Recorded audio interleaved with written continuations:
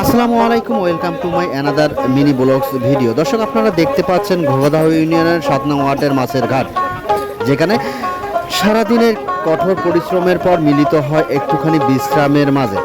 ভোরের কুয়াশা ঘেরা বাতাসে জেলের নৌকা এসে থামে, আর বাজারের ঘাটে জমে ওঠে এক প্রাণবন্ত কোলাহল।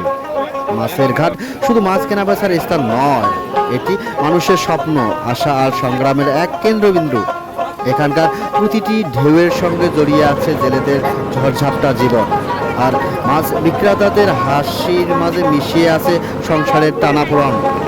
এই ঘাটে শোনা যায় নিত্য নতুন গল্প, দেখা হয় নানা মুখ, কেউ জীবনের সুখ নিয়ে, কেউ আবার সংগ্রামের বেদনা নিয়ে।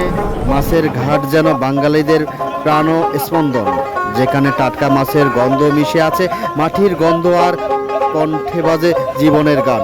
দর্শক, টাটকা ইলিশ, বোয়াল, চিংড়ি মাছ পেতে অবশ্যই আমাদের ঘাটে আসবেন। এতক্ষণ সঙ্গে থাকার জন্য অসংখ্য ধন্যবাদ। ভালো থাকবেন, সুস্থ থাকবেন, খোদা হাফেজ।